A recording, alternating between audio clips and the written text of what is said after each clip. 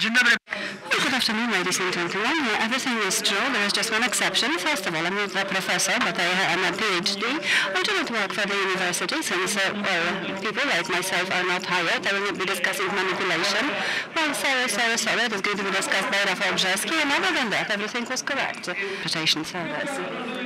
I understand that I can start after those housekeeping remarks. I'm going to speak, and I was asked by Jadwiga to do that.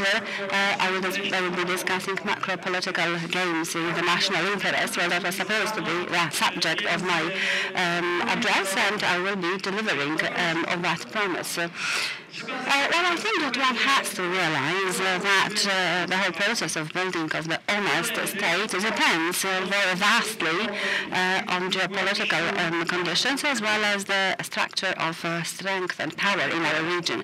And hence, for that reason, what is of key importance is to answer the following question: who is supposed to control this bridge between the Baltic Sea and the Black Sea? Well, the control over this area in fact provides the possibility to influence the political situation across Europe, and as a result of that, Russian-German alliance becomes a natural thing, becomes a natural process. And in that way, our nations, well, the countries that are located between Russia and Germany, cannot implement their own national interests. So what they can do is, well, they can obtain the condominium. So this is the maximum that might be achievable. Well, instead of Russian protection.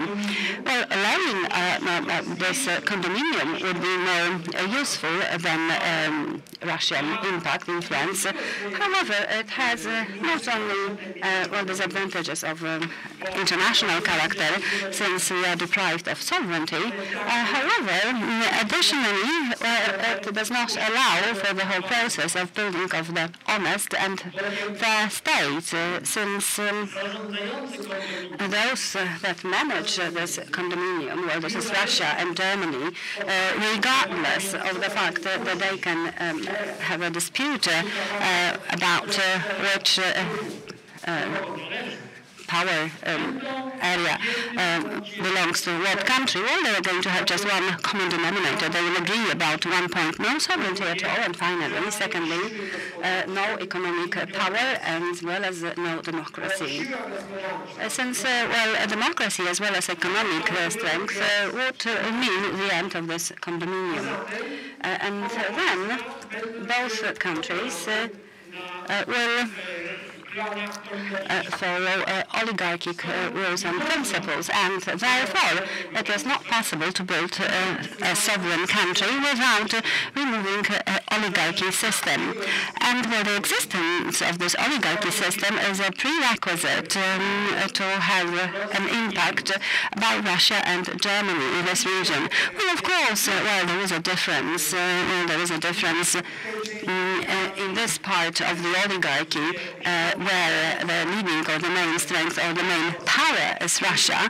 So in other words, it is this part of oligarchy that works for the benefit of Russia, and this part of the oligarchy that depends on the decisions that are made by Germany. However, it is not a difference that might be decisive in terms of the possibility to gain independence. In other words, building or creating an honest and fair state. Or what is different here are the methods that are used. So, in other words, well, you will not have honest and fair elections, and there will not be an honest and fair system as long as those areas of this bridge, as long as they are dependent on Russia and Germany.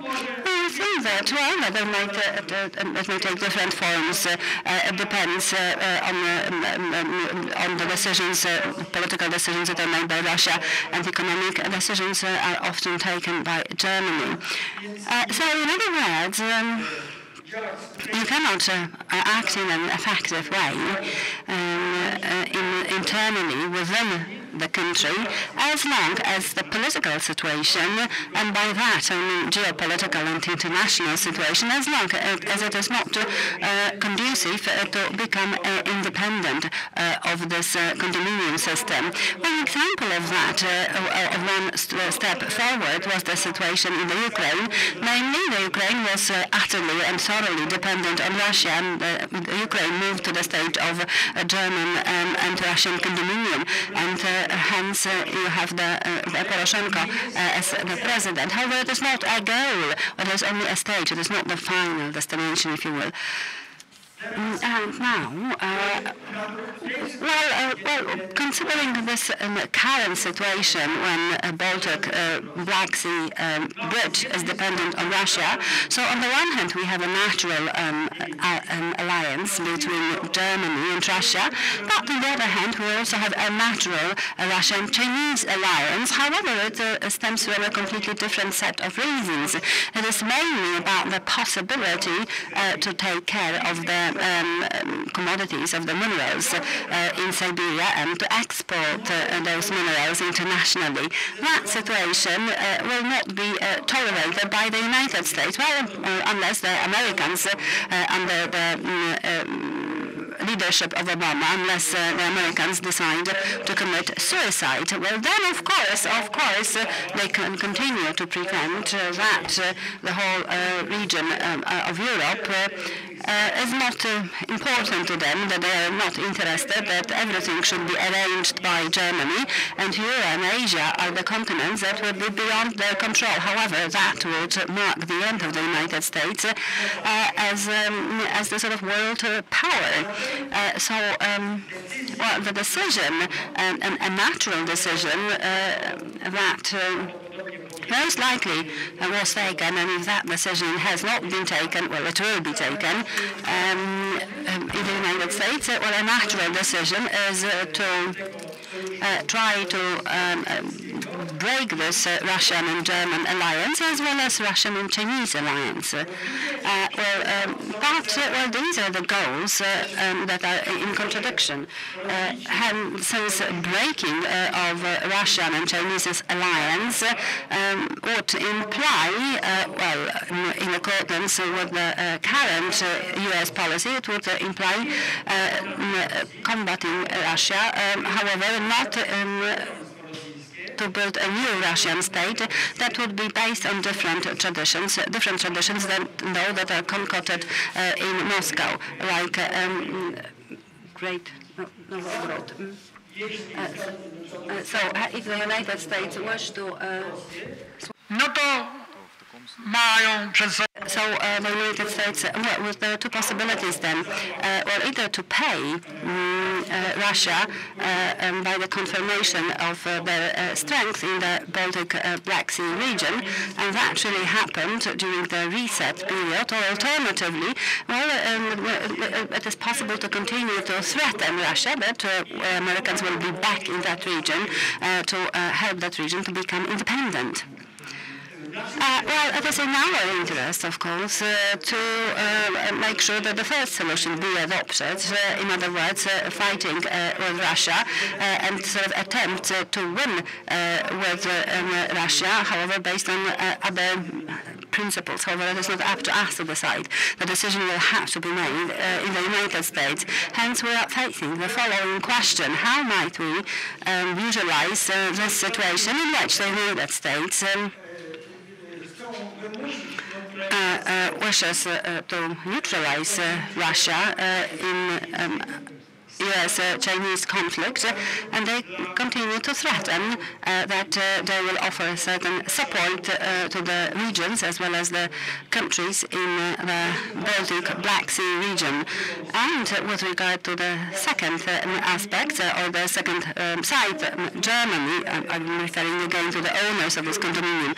Well, so far, Germany were those that were executing the U.S. policy. However, they are getting sort of spoiled, and they do whatever they want. They cease to be obedient, and hence there is a necessity to strike a balance in this German influence, and that may happen by offering support to the sovereignty-related efforts taken by the countries in this Black Sea Baltic region. However, one has to remember that that kind of politics would be good for us, but well, it may, at any point of time, it may come to an end.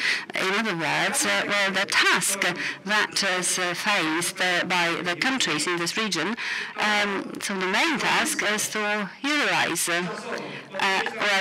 this sort of temporary, we don't know when that will come to an end, well, situation, good situation, and I think that it is necessary to make use of the change of the U.S. politics. So we have to try to utilize this U.S. Krysza to build one's own strength, and this is really industry what is important, as well as democratic structures, as well as the sort of abolishment of the oligarchy system. And while our goals only partially are in line with the U.S. goals, due to the fact that as the experience shows, the U.S. influence is implemented usually by sort of part of former Russian spy network, which has been transformed superficially or in a more in-depth way. And well, this really is not the patriotic camp from the point of view of Washington as the main instrument to exert impact, since the patriotic camp has its own interests while they defend the national interest. Well, it is necessary, it is needed to reinforce, and it is necessary to weaken the Russian and German impact. However, once we are in Washington, we need to have our own people. Well, those individuals, those people, as the experience shows, and some of them, they were recruited from the old spy network. And only that situation, from the point of view of Washington, might be good, might be advantageous, since with a certain kind of coalition of those people who were recruited, well, in the United States for this patriotic camp, well, they might in that way try to break this condominium. However, on the other hand, once there is an agreement established with Russia, it might also be possible to develop, to get the sort of to follow the policy that we are interested in of obedience. And this is the feature characterizing the spy network. They work for those who control them, and it is not a nation, by the way. So, in other words, the main task that we are facing when we want to defend the national interest is, of course, to strengthen, to reinforce this patriotic camp in such a way so that the sort of spy network would not be an interlocutor of the U.S. partner, so that we become this partner and ally, since, well, besides us, there wouldn't be anyone that might have some impact. And what is important is such a partner or such an ally that might have certain impact, that might be able to influence and decide about what happens in the banking sector, or on the financial market, in the economic policy, and so on and so forth. If the opposition does not have any impact whatsoever, and if the oligarchy system resulted in such a situation in which, well, the opposition is weak and hence You can criticize that, and they cannot have any impact on the current situation. Hence, politically, it is not relevant. It is not important. If you want to be important, you have to be strong. It is necessary to build such structures that will replace the oligarchy system. Well, I'm not going to question the fact that sometimes what might happen, how should I put it, that a certain oligarchic system might get nationalized, in particular when they face the threat of the collapse.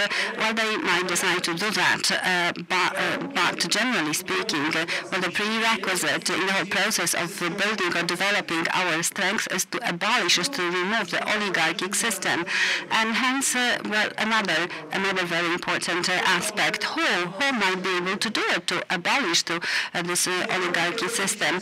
Well, it is not enough for one party to win, even the most patriotic party. It will not be enough, since if the system would remain, then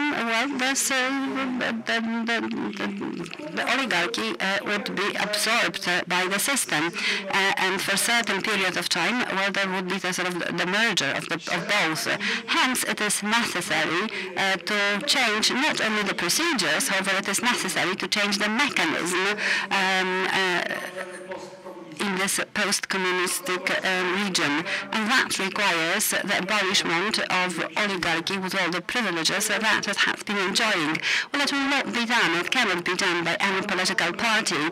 Well, it has to be done by the citizens, by people, by exerting certain pressure and political powers in such a manner so that they cannot withdraw, so that they cannot make any step backward, facing necessary legal changes that should be introduced.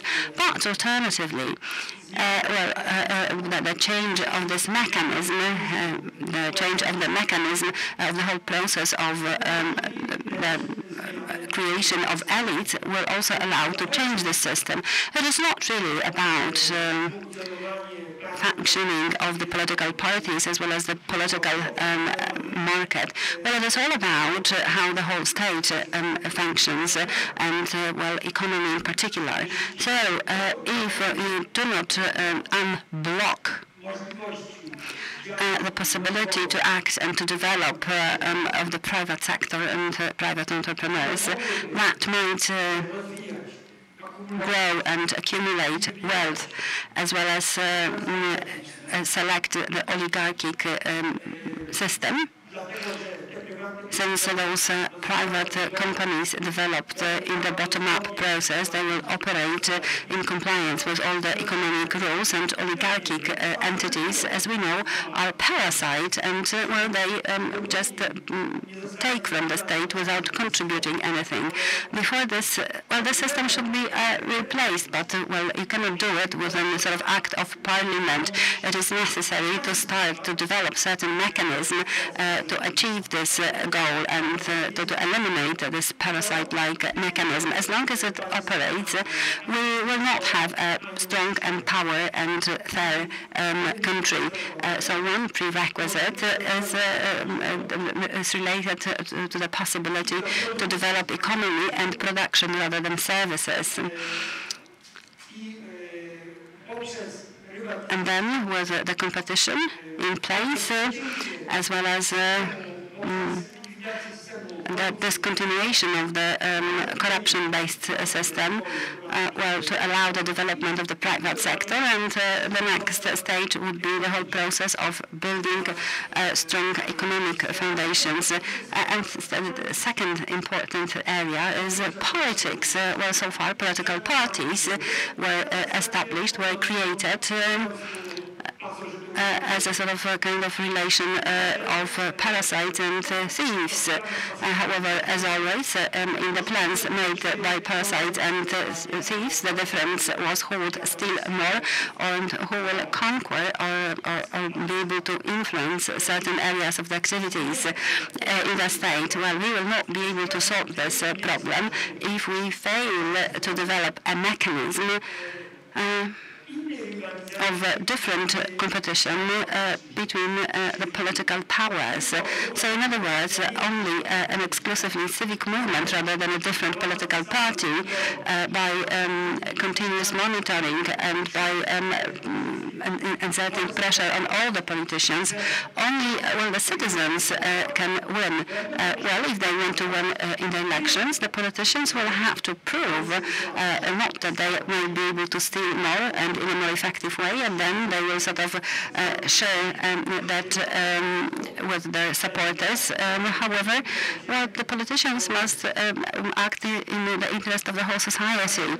So, in other words, if such bottom-up, not party-related pressure is not exerted, well, this influence, this pressure should engage all the citizens that want to have fair state. If we fail to do that, we will not be able to start the mechanism of positive selection in the political elites. And without that, the state will continue to get rotten, the state will continue to be weak, and if the international situation changes, then there might be a telephone call from this or other capital of this or other country, and everything will get to business as usual situation. And those who were demanding sovereignty, suddenly they will say that it is necessary to reach an agreement with Russia and Germany, and everything will change like with the sort of magical wand touch. So let me just summarize what we have to do. We need to make sure that we abolish, that we remove this oligarchic system across the whole area of Black Sea Baltic Bridge, and this bridge between Germany and Russia, and that will allow us to build an honest and fair state, and this honest and fair state and new elites will be able to use this positive period to develop their own strengths. So, in other words, it will not be possible to make us sort of a stake in the negotiations with Russia, or we will not be subjected to the sort of management by Germany. And in that case, it will be possible to reach an agreement with Germany. To be a partner, you have to represent a certain strength, a certain power that is similar to the other one, to the counterpart. If you have the same strengths, well, it is possible to reach an agreement, since you are equal partners, and Germany will be removed in that way from the sort of Russian partner. Well, it is obvious that should Russia change, then we might have a discussion about some different solutions. But, well, I cannot believe that this is a plausible scenario. So that's all from me. That's all that I wanted to sort of present to you. Thank you very much. Czy są jakieś pytania? Are there any questions? Okay, let me pass you the mic. I'm sorry that my question will be a lengthy one. My name is JEZRZY Targalski. I was invited to Odessa 3 weeks ago to the conference, the Baltic and the Black Sea.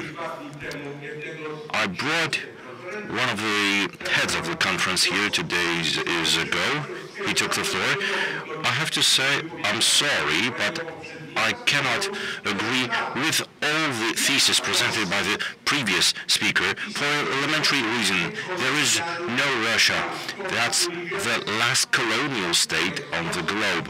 That's Muscovy and the colony of Siberia. Let's look at the map. Siberia occupies half of the territory of China, and you have to disseminate this truth. And this is our task. At the same time, the cooperation with the Turkic nations, Kazakhstan, Turkmenistan, Kyrgyzstan, Azerbaijan, Turkey. That's 250 million people. This cooperation should be carried out on our part. First of all, it should be carried out by journalists. Why are there no, for instance, publications in the Ukrainian, Turkish languages, which would be distributed in the areas where they would be understandable to the speakers of those languages. At the same time, absolutely fundamental issues, energy. Energy drives the economy. I've been publishing the publication Pipelines for 20 years, and I know what the problems are connected with the functioning of fundamental energy problems. With Ukraine, the closest nation in terms of genetics, culture, mentality, and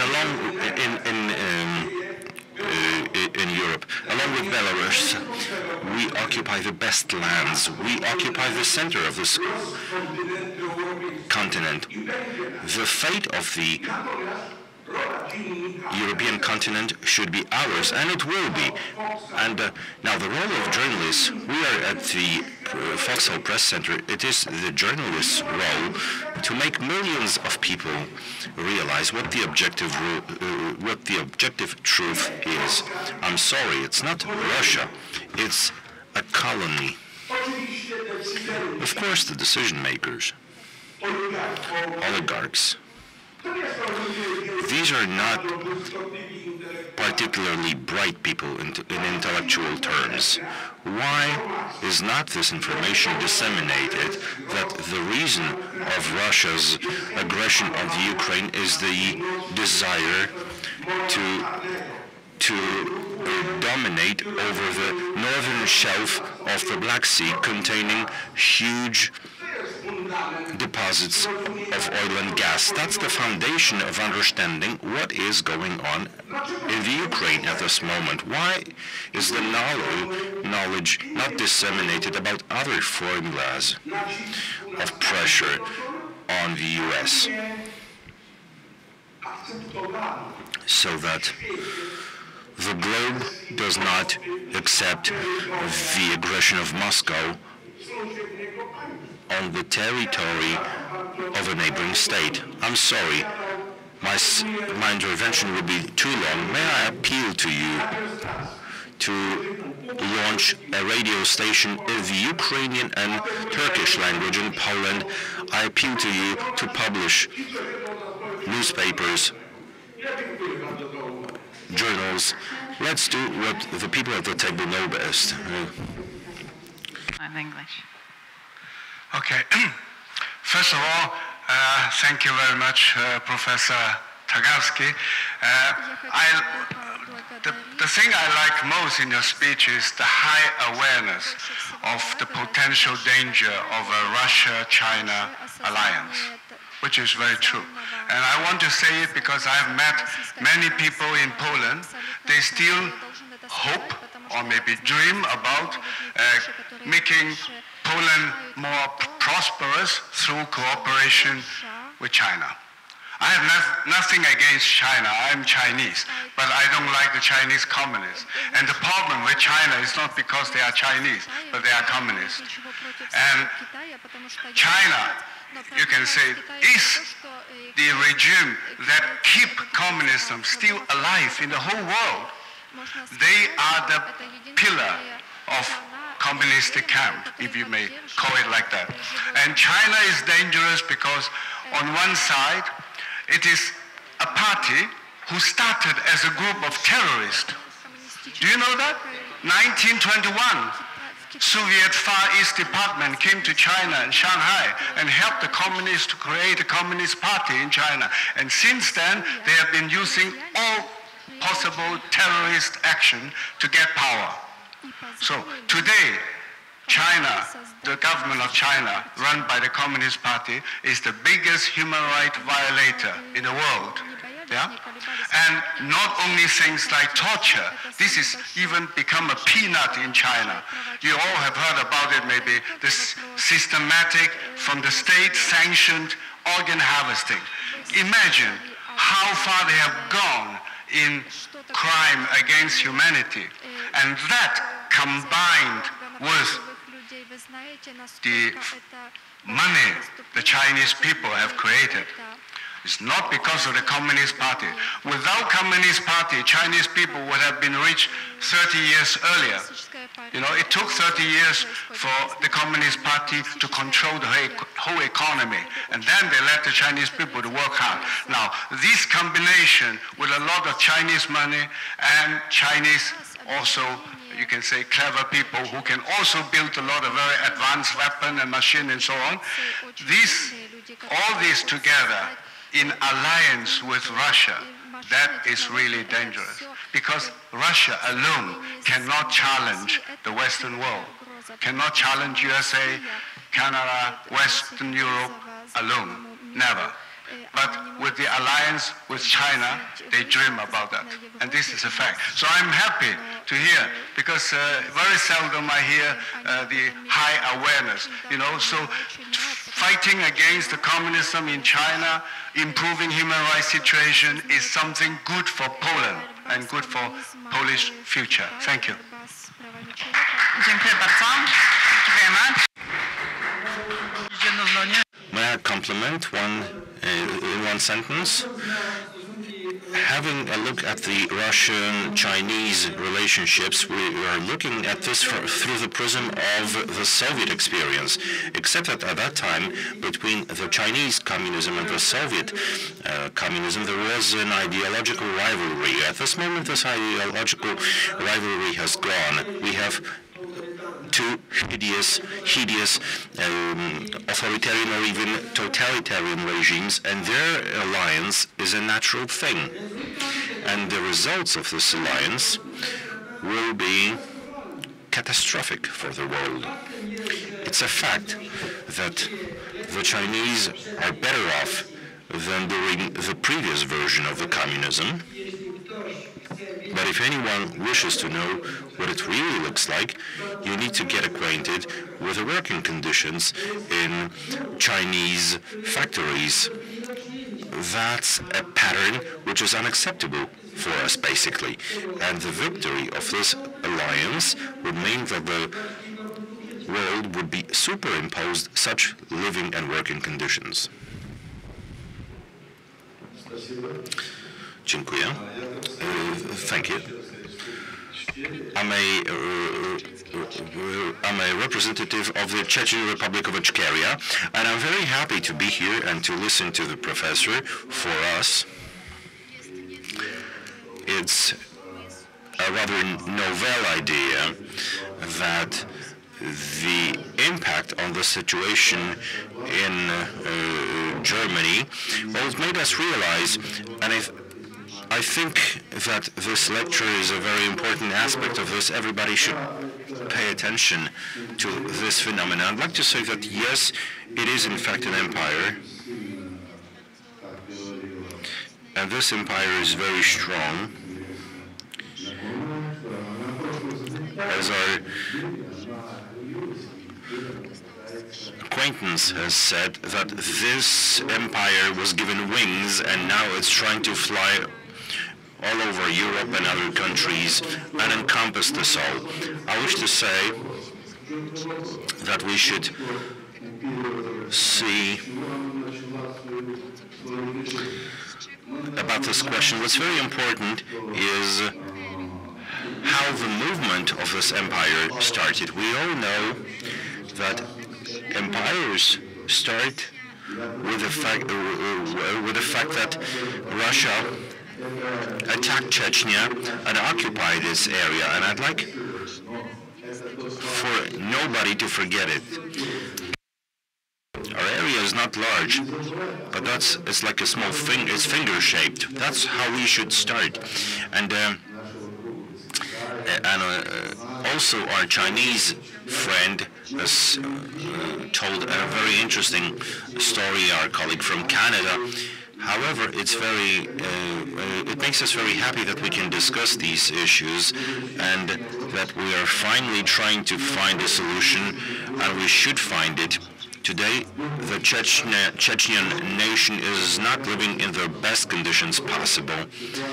Many people are at this moment feeling that the situation has deteriorated substantially.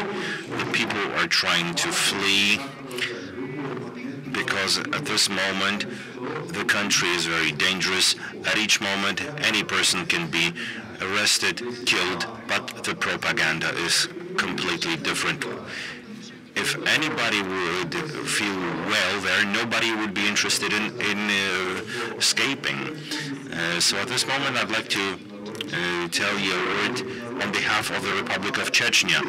You should not forget Chechnya. That's the first nation that this empire attacked, and we cannot forget for this question to be forgotten in the historiography, the way that the Russian Empire is trying to make sure it does. That's why the Chechenyan nation will be very grateful if you don't forget. This is our common task. If we forget, it's not going to be a good thing. Any other questions? If not, and if our speaker does not wish to take the floor again, then I wish to thank him, and I'd like to convey one more piece of information to you. In 1980, in Poland, solidarity broke out, because that's the word that you can use about this, and after so many years we decided, having seen what's going on in politics, what it all looks like, how elections are falsified, and how politicians are trying to explain to Poles that they're idiots because they cannot place a single cross on a street. So 20% of votes were invalid in the local elections, and it reached 40% in Kieleckie province. We decided, and the Central Electoral Committee could not vote count the votes. The IT systems were down ostensibly, so the Polish people decided to control the elections. We are finishing the first part, the movement for electoral control, and now we're continuing along the lines of movement of the control of authorities. And I'd like to present Mr. Targalski is head of this movement for electoral control. He's been in the opposition since the 1970s. He's always dealt in Eastern policy and specializing in this. So, as I said, he's a Sovietologist, a lecturer at the Warsaw University, very well known to many of the politicians who have come